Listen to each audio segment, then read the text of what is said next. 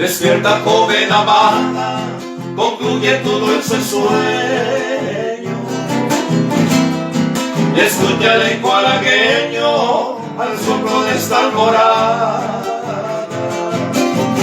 Los jilguerillos en bandana vuelan y en la lontananza, mientras yo en tu alabanza te canto con y apreciada.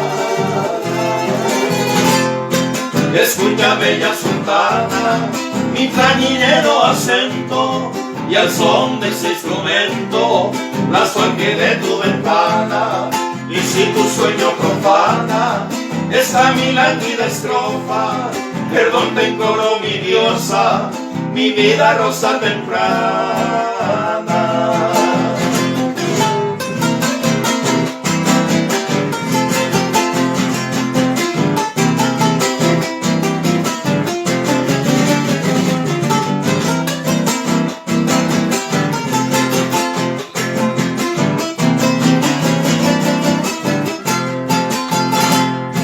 Aquí rosa de mi cielo, difundo mi humilde canto, bajo un torrido quebranto de tortura y desconsuelo. Escucha pues, Sulzanero, este gemido incesante, que exhala tu fiel amante de mis muertos de desvelo.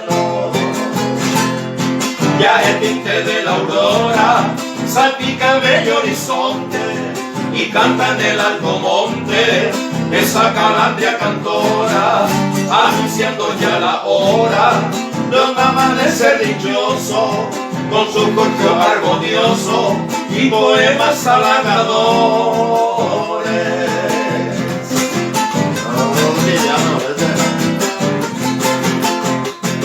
En tu ventana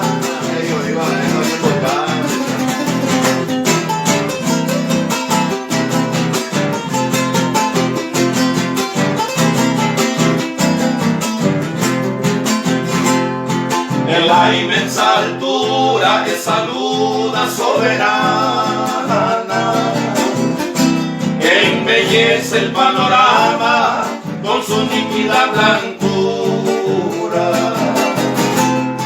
y en la lejana espesura las aves trinar volando, mientras se asoma cantando el astro que fulgura.